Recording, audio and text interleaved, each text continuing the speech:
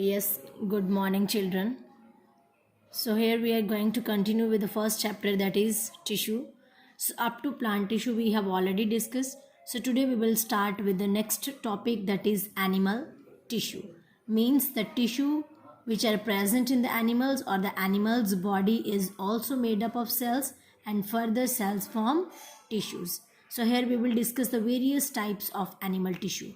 So, now the first one is epithelial tissue. Second one is connective tissue, third is muscular tissue, and the last one is nervous tissue. So these all the types of tissue that we are going to discuss in detail. So now the first one is epithelial tissue. So firstly you have to learn about the epithelial tissue, that this tissue is present in the outer surface of the skin. Means it covers the whole body of the organism, that may be animal, that may be human being. Means the outer surface of the body is covered with the tissue, that is known as epithelial tissue. So now the next examples we will discuss in this, that is in the epithelial tissue that forms the inner lining of the blood and lymph vessels. It forms the inner lining of the blood and lymph vessels, and also form the inner surfaces of organs like heart, stomach and lungs. These are the internal organs of the body, and its outer surface is covered with the tissue, that is epithelial tissue. So here this tissue is also present in our various glands. Glands are also the parts of the body. You can say part of the body, means which secrete various types of hormones in our body. So in our various organs of the body, there are different types of glands are present, and that glands secrete various types of hormones and secretions. So this tissue is present in the various glands like salivary gland. Salivary gland is the name of the gland which is present in our oral cavity. Oral cavity means in our mouth. Further, it secretes saliva.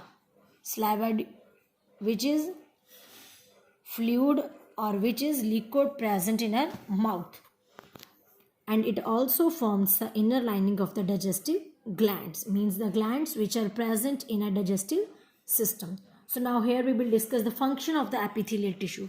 So it means if it is present in the outer surface of the body, means it provides a whole protection to the whole body, and also protect the body from the injury and germs, and further it help in absorption and secretion, because it is present in the salivary gland and digestive gland, and the gland forms and the gland produce different types of secretions.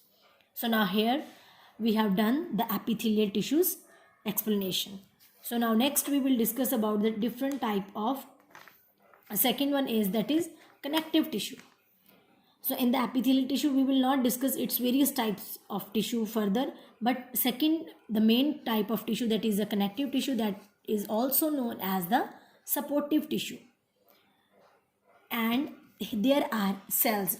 These cells I have already drawn here. These are the cells, and in these cells there are intercellular spaces are present in between the cells. Mean the spaces present between the cells are known as intercellular spaces, and intercellular spaces are filled with matrix. Matrix is a liquid like material that is present in between the intercellular spaces. So what is the function of connective tissue? So its main function is it connects and binds various structures of the body. Connective, from this word you have to understand, it connects and binds various structures of the body, and also provides the support and forms the framework of the body. And the last function is it provides protection to various parts of the body. So further, here connective tissue is of three types: connective tissue proper, skeleton tissue and the vascular tissue. So further in detail we will discuss about the connective tissue. As we have already done that the connective tissue provide the protection to the body. So here we will discuss about the various types of connective tissue. So now the first one is connective tissue proper. And this connective tissue proper is also is of 4 types. First one is areolar tissue, second adipose tissue, third is tendon, and the last one is ligament. So here the little bit explanation I'll give you means in brief, so that thing you have to understand only, and you have to learn under these headings. So areolar tissue, actually it is the type of connective tissue proper, and further connective tissue proper is the type of connective tissue, right? So this tissue is made up of protein fibers, means it is made up of protein fibers like collagen and elastin, and also produce fiber producing cells that is known as fibroblast. These are the cells which are present in the areolar tissue, and its main function is it provides the spaces between the organs. It provides the spaces between the organs and forms a continuous layer under the skin, right? Because connective tissue means provides binding and also protection, and also make the connection between various types of spaces and various cells which are present in the tissues. Now the second one is adipose tissue. Adipose means, from this word you have to understand, adipose word is related with the fat cells, and the adipose tissue is made up of the cells that is known as adipocytes.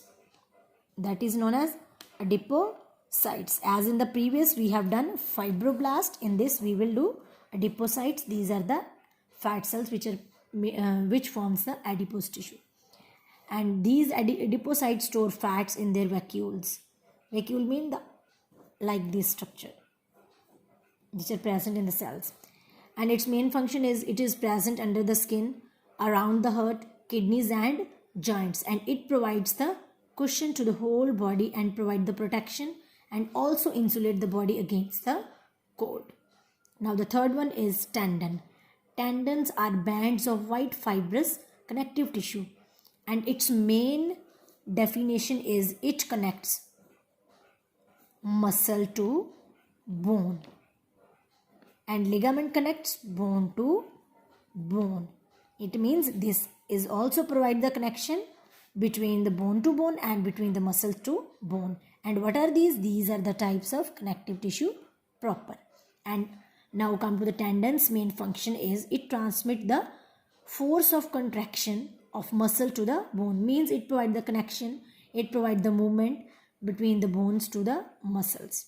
And ligament provides, these are the extensible and flexible tissues. You can say tissue now because this is a type of tissue, connective tissue proper. And these tissue, it provides, its main function is it provides support and stabilize joints and prevent a movement that may be damaging. For example, in case of bones of ribs, they limit the movement of ribs to gentle gliding motion, which helps in breathing. So the tendons we have already done, it connects muscles to bone, while ligaments join one bone to another bone. No doubt there are difference between muscles, tendons and ligament, but its main function is it provide the connection, it provide the movement, it provide the support, stabilize the joints. Now come to the second one under the connective tissue. First we have done connective tissue proper. Secondly, we will do the skeletal tissue. So this is also the main type of connective tissue. Connective tissue is of various types. Connective tissue proper, further it is of 4 types. Now come to the skeleton tissue. It's of 2 types, cartilage and bone. In the previous classes, in the lower classes, you have done what do you mean by cartilage. Its main function you have done, I think, in 4th or 5th standard. It provides the cushion between the bones. And this is also the type of tissue which is made up of the cell that is known as chondrocytes. So the cell's main word and the main term you have to learn, means which tissue is made up of which type of cells, like fibroblasts, like adipocytes, like chondrocytes. Like in the bone there are 3 types of cells which are by which the bone is made up of, like osteoblast, osteoclast, osteocytes. So these are the types of cells which forms the bones. So now come to the cartilage. The cells made up of chondrocytes, means the cartilage is made up of chondrocytes, and this cartilage make the tissue elastic. Elastic means stretchable. And cartilage is firm. Why? Because there is a presence of fibers and slightly hardened proteins in the matrix. Matrix means, for example, this is a cell. Cartilage is the type of tissue, and further tissue is made up of cells. For example, these are the tissues, cartilage tissues, and the liquid material which is present in the cell, which is present in the tissue, is known as matrix. So here we are talking about the matrix word again and again. It means the liquid or jelly-like material which is present in the cell, that is known as matrix. Now come to the next, bone. Already we have done the various types of these cells which helps to form the bones. Now come to the first, osteoblast. So this is the type of cell which produce a protein mixture which helps to make the bones matrix hard. Means this is a matrix which is present in between the cells of bone, and who make it hard? It produces a protein mixture which make it hard. And the matrix, that we know that when there is a problem of joints or pain in our bones, and doctor sometimes that always suggest us that we have to take the calcium, magnesium, like iron, these type of things we have to take in, and these type of minerals we have to take in our diet. So here, which these type of mineral which are present in the matrix, these are calcium, phosphorus, magnesium, which makes the bones hard. Right? Now next is osteoclast. So these are also the cells which helps to make the bones, and which help to break down the damaged bone tissue, and which is produced by the new one is replaced by the osteoblast. Osteoblast is the first one, osteoclast is the second one. And when there is a break or in any type of bone, and that is replaced by the osteoblast. So now the next one is osteocytes. Osteocytes, these are the types of cells which helps to make the bone. These type of the cells which are present in between the matrix. Osteoblast get trapped within the matrix and become osteocytes. When these osteoblasts are present in the matrix, further it forms the osteocytes. So these are the three types of cells which are present in the bones. So it means you have to learn only these three main types of cells which are present in the bones, which helps to make the bones. And further there is one more important thing, bone marrow. The main term is bone marrow.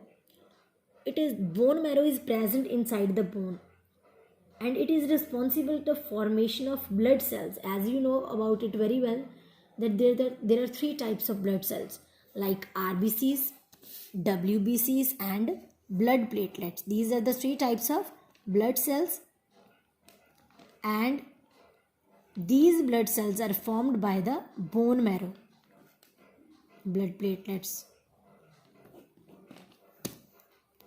So in children, most bones of the body have the ability to produce blood cells. So this is all about the skeletal tissue, and this type of tissue is much stronger than the connective tissue proper, because it makes the bones hard. It makes the tissue hard by the help of protein. Already we have done in the bone, right? Now the next one is vascular tissue. So the vascular tissue is a fluid connective tissue. It consists of two types of tissue further, blood and lymph. So blood is the cells of this tissue is present in the matrix. So here the cells which are present in the blood, which are present in the matrix, that is known as, matrix is known as plasma, and which is mainly made up of water. So RBCs, WBCs already we have done. These are the three types of blood cells. So RBCs means red blood cells, or you can say corpuscles, white blood corpuscles, and blood platelets, or simply you can say platelets. So here we will discuss about these three only main types of blood cells. So here you can see the diagram on your book. So here in the first figure, these are RBCs, red blood cells. In the second means B to E, 1, 2, 3, 4. So these all are the four types of WBCs. Here what you can see, there is a presence of nucleus, but this nucleus is of various types. Here is loop type, bilobed nucleus is present, and here is circular nucleus is present, and this is a blood platelets. Here is a very small, little bit, very small in size nucleus is present. So now come to the function of RBCs, WBCs and blood platelets. So RBCs transport the oxygen to the cells. It provides oxygen to the cells, and white blood cell helps to fight against the infections and fight against the diseases.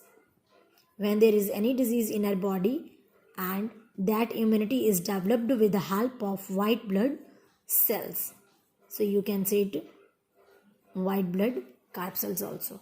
And the blood platelets, its main function is it helps in the coagulation of blood, coagulation, or you can say clotting of blood. So here beta you can understand what do you mean by the clotting of blood. For example, when there is any injury in our body, for example, if we take prick, or sometimes if there is any blade cut on our fingertip, on our arm or on limb, anything on any part of the body. So what happens at that time? Continuously the blood flows, blood continuously flow, but at one stage it doesn't flow, it stops. And what is the reason behind this? Why it stops? Because of the presence of blood platelets in our body. Because at that time blood platelets do its function, means it helps to make the clots of the blood.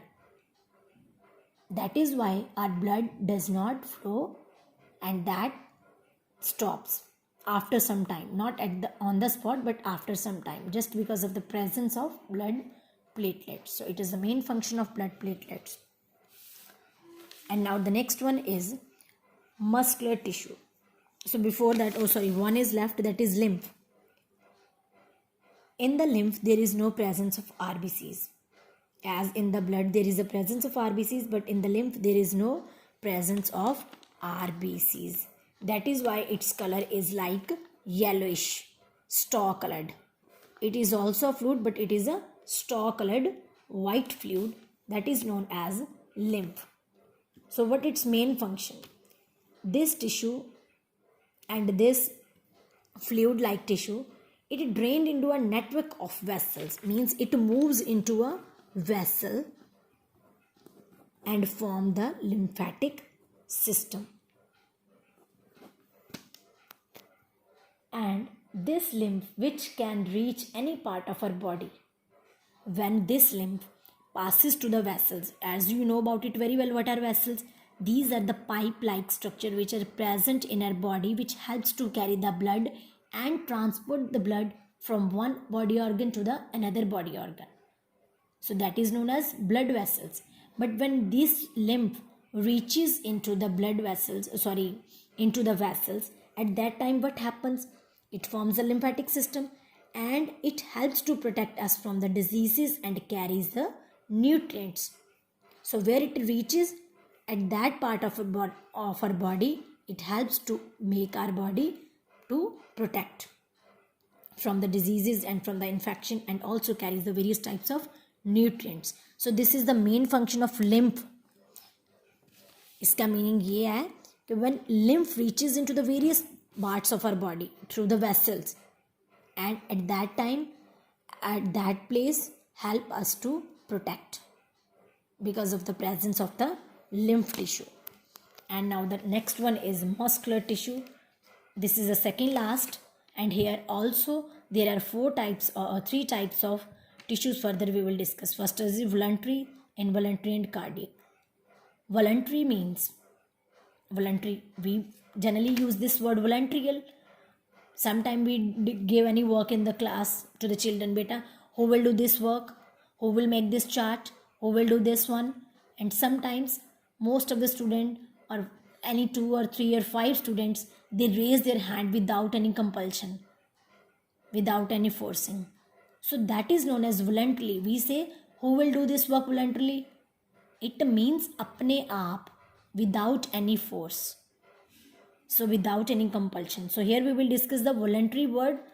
That is why I am correlating the voluntary and voluntary word. So the voluntary muscles are those muscles which are attached to the skeleton and they work according to their own will without any force. They do their work according to their own will. For example, we walk, we jump, we stand, we sit, we sleep. These are the different types of work that occur, that we do according to our will. Right? So it means the muscles which do their work according to their own will, that is known as voluntary muscles, and these muscles are also known as striated muscles. Its another name is striated muscles, STRIATED. Now next one is involuntary, means which do not work, which have banded appearance. The structure we will discuss later on, but here we will discuss its main function. Means here we cannot control their movement by our conscious effort, because heartbeat, it's not under our control. In the same way, digestive system, digestive gland work according to their own will. Blood circulate according to their own will. No, this is wrong. Blood does not circulate according to their own will. That continuously work, because if there is blood circulation stop, our body does not work properly. Means those muscles on which our control does not happen, at that things we cannot control. We cannot say that our heartbeat can be stopped for 5 minutes, take it rest, then after 5 minutes again it will be started. No. The muscles which helps to control, which helps to do these types of functions in our body, like in the alimentary canal, like digestion, like circulation, like excretion, that occur with the help of involuntary muscles. And the next one is cardiac muscles, and the cardiac muscles are those muscles which are present in the heart. It also work like involuntary muscles. And here you will discuss its main diagram. So this is the diagram of voluntary muscles. So these, from this diagram you can see, these are the long cylindrical fiber-like, these are the fiber-like cells, and there are bands, 1, 2, 3, 4, 5. These are the bands along with the length. And in the second you can see here, these muscles have spindle tapering ends. These are the tapering end, like this. Tapering means like this, when the ends are sharp. This is also the end, this is also the end, like this. This is also the end, this is also the end. This is a tapering end which is sharp. So this is also known as unstriated muscles. So now the next one is cardiac muscles. These are the cardiac muscles, branch like fiber like cells are present here. And again, like voluntary muscle, there are the bands, and there are no presence of bands in this structure in the involuntary. Now the last one is, that is nervous tissue, and this tissue is made up of the cell that is known as neurons, and its main function is it transmits the message from the various body organs to the brain and the spinal cord. Means the nervous tissue provide the message from the various organs of the body to the brain and the spinal cord, and vice versa. Vice versa means from the brain to the whole body, from the spinal cord to the whole body. In the same way, from the whole body, from the various parts of the body to the brain and the spinal cord. Vice versa means opposite. So here we will discuss the nerve cell under the nervous tissue. So beta, this is a structure of nerve cell. Nerve cell means neuron which is present in the brain. So with the help of these structures, these are dendrites. With the help of these dendrites are messages from the brain or from the various organs of the body passes vice versa. So here this is a nucleus which is present in the cytone. Cytone is a cell body. This is a cell body and this is circular is nucleus, and these are the dendrites through which the messages will be transmitted.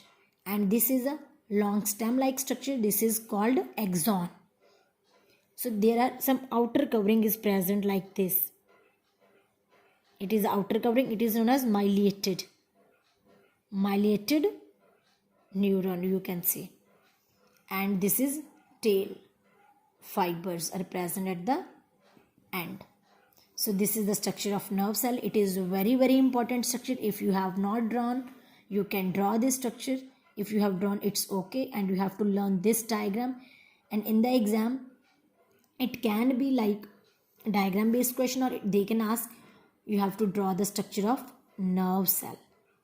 So in the nucleus there is presence of the, like in the cell already we have done, in the cell there is a presence of cytoplasm. So but in the nucleus, in the nerve cell there is a presence of nucleus.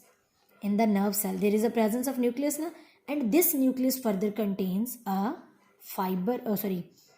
liquid that is known as neuroplasm.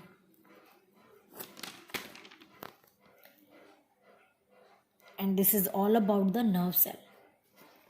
So I think it's clear to you. If you have any problem, you can tell me, you can text. But the children, you have to keep these things in the mind. As in your book there is a given animal tissues, flowchart and plant tissue. No doubt it's not easy. It's something a little bit boring, but you have to manage. Firstly, for example, you are going to discuss the animal tissue. Firstly, main 4 type you have to learn. What are the main types? Then further 2 or 3 types. For example, you are going to discuss the animal tissue. So first type is epithelial tissue. Only you have to concentrate about the epithelial tissue. Here is no any type of epithelial tissue. Now learn it only. Then come to the next connective tissue. That is of 3 types. As it is given in your book, like this connective tissue, there are 3 types: connective tissue, proper, skeleton, vascular. Further, these are of various types. So one by one you have to learn. Don't get confused. It's very easy. Simply you have to learn its function and its cells, as we have already done, that which tissue is made up of which cell, and its main function, that you have to learn. Nothing else. And I'll provide you in between question answers also. If you have any confusion in any topic, you can text me or you can tell me. Thank you so much, beta.